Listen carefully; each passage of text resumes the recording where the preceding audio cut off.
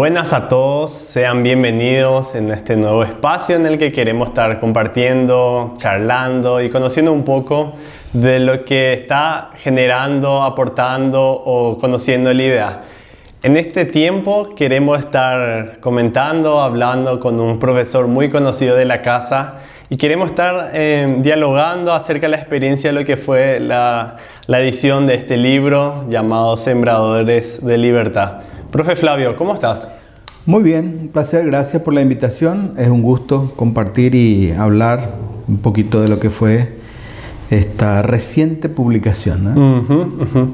Profe, tal vez acá desde el campus te conocemos muy bien, pero para aquellas personas que no te conocen, la gente del extranjero, ¿quién es Flavio Florentín?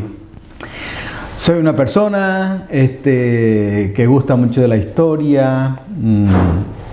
Tengo una formación bíblica, teológica, pero también en el campo de la historia.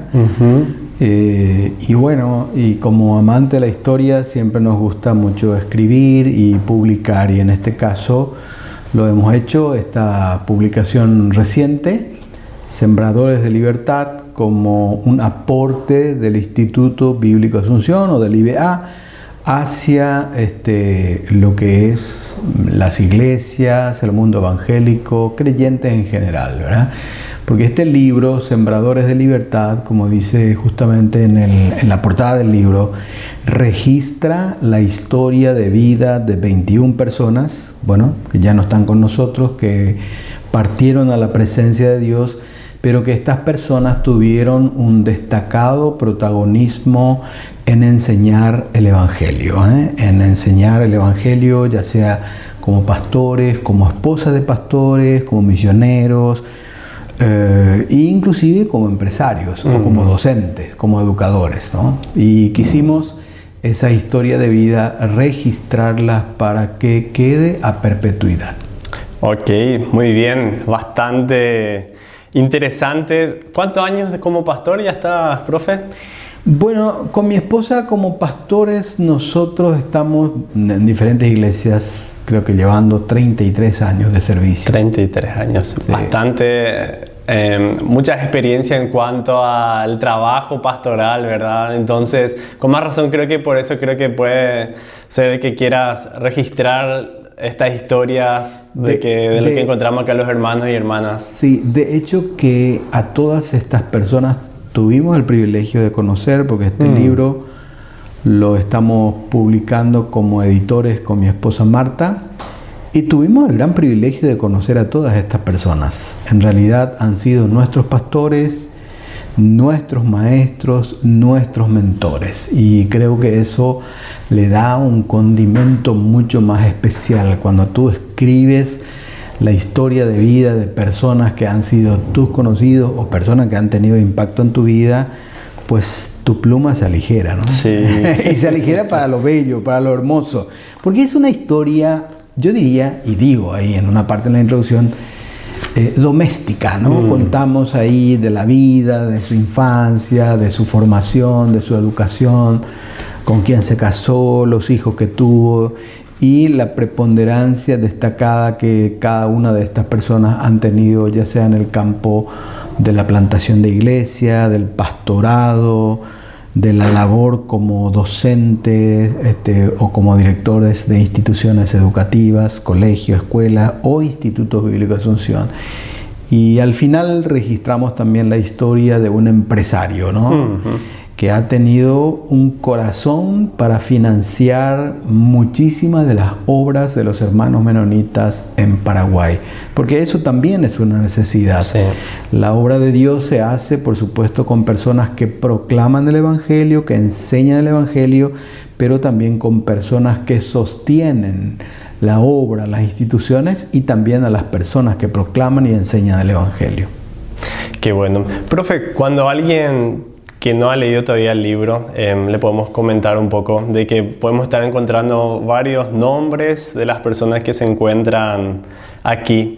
Pero ¿cómo fue el proceso para estar elaborando y registrando estos testimonios? Mira, la verdad que fue un proceso, yo celebro que fue un proceso comunitario. Hay que tener en cuenta que todas estas 21 historias no las escribí yo, ni las escribimos nosotros con mi esposa. Nos han ayudado muchísimas personas que estuvieron mucho más cerca de los protagonistas de quienes contamos su historia, ¿verdad? Entonces, por ejemplo, hay hijos que narran la historia de sus vidas, de la historia de la vida de sus padres que fueron pastores, ¿verdad? O hijas. Hay a veces amigos personales que conocen mucho mejor a esas personas y entonces, por supuesto, nosotros les ayudamos.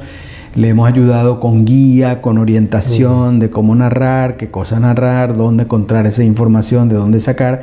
Y por supuesto nosotros lo volvimos a leer, reeditar y pulir para que el material sea una cosa leíble y que guste y que también edifique, fortalezca. Porque el propósito de esta publicación tiene que ver con registrar que quede ese testimonio, pero también motivar a las nuevas generaciones presentes. Porque, por ejemplo, yo creo que vos no vas a conocer a ninguna casi de estas personas que están publicadas ahí, muy pocas personas, pero de repente en algún momento de ocio se te antoja leer, te prendes a la historia de vida y realmente te puedo asegurar que te va a impactar.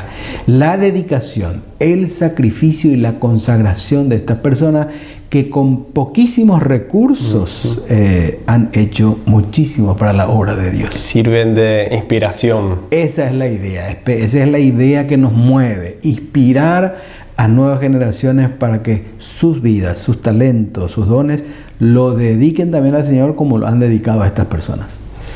Ya que hablamos de inspiración, ¿hubo alguna historia que te llamó mucho la atención? Yo sé que todos son importantes, pero uno que tal vez quisieras compartir en cámara de cómo fue su proceso, su vida, ministerio. La verdad, de todas estas personas yo aprendo no solamente algunas cosas, sino muchas cosas, ¿verdad? Pero quien fue nuestro primer misionero que abrió la obra de los hermanos menonitas, que es don Alberto Enns, que seguramente es mucho más conocido dentro de nuestro círculo y también fuera, realmente su historia de vida desde la infancia, juventud, consagración y dedicación al Señor es una cosa impactante, impresionante. Dicho sea de paso, nacen en Ucrania, ¿verdad? Que hoy en día está en el pensamiento, en el corazón, en la boca de todos. De ahí vienen, ¿verdad? Nuestros primeros misioneros que nacieron ahí, llegaron al Chaco en medio de un sufrimiento tremendo, pero eso no ha sido un impedimento para que ellos con los recursos, dones y talentos propios sirvan al Señor. Pero por otro lado también nuestros primeros pastores, ¿verdad? Que hay que saber que esos primeros pastores tenían, pero escasísima formación. Sí. Pero a pesar de eso, le han puesto corazón, ganas y consagración a la tarea que les cupo, el de pastorear, nada fácil, ¿verdad? Pastorear las primeras iglesias nuestras y al no tener modelo, ¿verdad? Se fueron haciendo con el paso del tiempo. Y esas son historias inspiradoras, motivadoras. Mira, te cuento, le entregamos una copia de este libro a una hija mía que está de viaje y bueno, en los viajes son lindos momentos para ir leyendo, ¿verdad? Sí.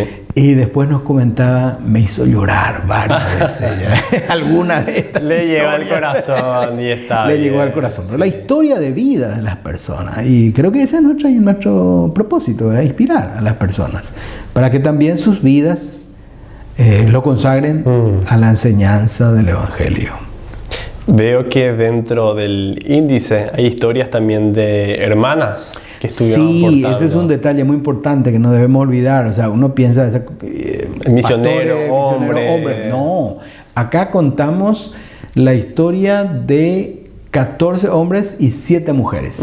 Y estas mujeres han sido esposas de nuestros misioneros, esposas de nuestros pastores, y que ya partieron también a la presencia del Señor y sus historias de vida también las contamos. Por ejemplo, está una historia de Irene Pancratz, ¿verdad? Sí, que es una historia muy conmovedora por la experiencia de vida que tuvo ella. Ella fue compañera de vida de uno de nuestros profesores del instituto, mentor de muchas generaciones, maestro, ¿verdad? De la palabra, que es el hermano Juan Pancras. Su primera esposa fue Irene. Y lo más destacado de ella es la fe inquebrantable que tuvo ella en Dios. Cuando sus hijos eran aún pequeños, enfermó de cáncer y en su oración ella pidió al Señor que le dé 10 años más de vida para que sus hijos puedan crecer y ser un poquito más grandes. El Señor le concedió eso, esos 10 años. Exactamente después de eso llegó el tiempo de su partida. Pero aparte de eso, esta mujer ha sido una evangelista personal innata, que con una alegría compartía el Evangelio y transmitía el Evangelio también. Sí, es muy interesante porque a veces vemos a los hombres, ¿verdad? Predicadores, maestros, etcétera, pero también está ahí una mujer apoyando, y en este caso una mujer evangelista también. Así mismo, sí. ¿Y algún dato interesante que aprendiste al recolectar estos testimonios que no sabías? Porque mencionaste que le conociste a las personas, pero al recolectar estos datos, estos testimonios, ¿aprendiste algo nuevo? Sí, mira, yo creo que de mi propio pastor, que fue mi primer pastor, ¿verdad? El Martín Pereira, nosotros le conocíamos Don Martín Pereira, ¿no? Porque era todo un señor, ¿verdad? Me sorprendió que para su época la buena formación que tuvo, ¿yo? Fue contador, terminó el colegio y se gradúa como contador y sirvió también en ese trabajo de contador a las iglesias, a nuestra convención, pero también fue una persona que trabajó en muchas entidades así seculares, diríamos así, nunca se dedicó a vivir del Evangelio, ¿verdad? Él siempre trabajó en su oficio de contador, después fue conductor de camiones y finalmente terminó como un productor de mermelada de guayaba, que inclusive le mereció ganar el premio de ADEC por emprendedor, ¿verdad? Y muchísimos, nosotros lo conocimos a él como pastor, sosteniendo su familia y sosteniendo inclusive la vida de la iglesia como productor de mermelada de guayaba, ¿verdad? Guapísimo. Claro, guapísimo. La ubicación de su casa sobre una ruta principal le permitía sacar sus productos ahí, vender y con eso ganarse la vida y predicar libre y apasionadamente el Evangelio. Esas historias a veces hoy en día ya muy raramente encontramos, ¿verdad? Sí. Pero es posible hacer eso, ¿verdad? Vivir, trabajar en un oficio que a vos te gusta y también a la par servir y proclamar o enseñar el Evangelio. Qué tremenda historia. ¿Algunas palabras finales que quieras decir para desafiar a las personas que quieran, que no han leído todavía el libro? Mira, yo anhelo siempre que yo celebro también que en estos días un compañero de ustedes, ex estudiante nuestro, publicó un libro, ¿verdad? Y para publicar un libro hay que escribir. Yo quiero animar a la generación joven que observe, que registre las cosas que ve y que escriba, que se anime a escribir. Yo sé que la publicación no es tan barata, pero hoy en día por internet uno se puede publicar muchísimo y puede quedar registrada también eso, ¿verdad?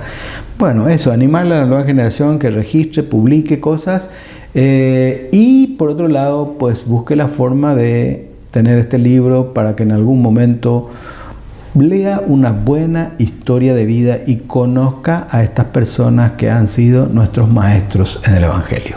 Profe, antes de cerrar, ¿cuál es el próximo proyecto? No sé, el próximo proyecto hay que ver, tenemos que conversar con los colegas a ver qué hay.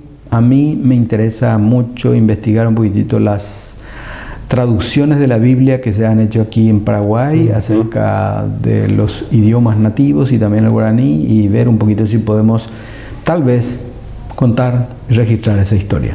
Quedó registrado eso. Profe Flavio, muchas gracias por tu tiempo. A ustedes y mucho éxito en esta tarea, ¿sí? Nos despedimos.